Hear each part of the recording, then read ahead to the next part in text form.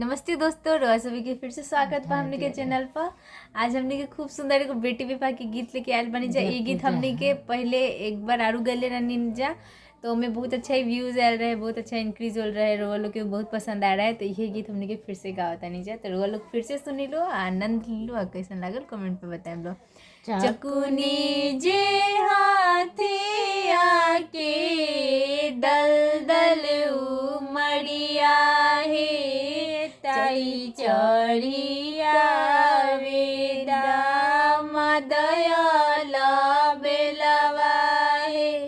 चकुनी जे हाथी आके दल उमड़िया हे ताई चढ़िया वेदा मदयाला बेलवा हे ताई चढ़िया वेदा मदयाला बेलवा। सासू जी के आँखिया लागल मधुमक्खिया हे कैसे के देखब मदयाला बेलवा हे कैसे के देखब मदयाला बेलवा ही।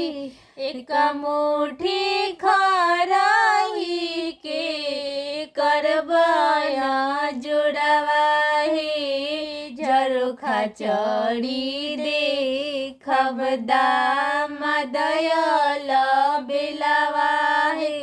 एक मुट्ठी खराही के करबया जुड़वा हे झरोखा चढ़ी देखब मदयाला बेलवा हे।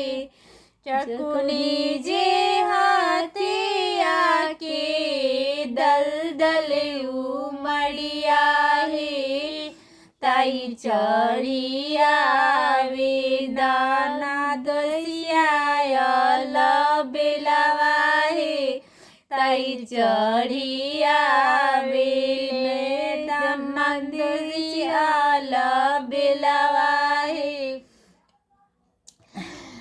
सरहज के आँखिया लागल मधुमक्खिया हे सरहज के आँखिया लागल मधुमक्खिया हे कैसे के देखब दोसियाला बेलवा हे कैसे के देखब दोसियाला बेलवा। एक मुट्ठी खराही से करबया जुड़वा हे एक मुट्ठी खराही के करबया जुड़वा हे।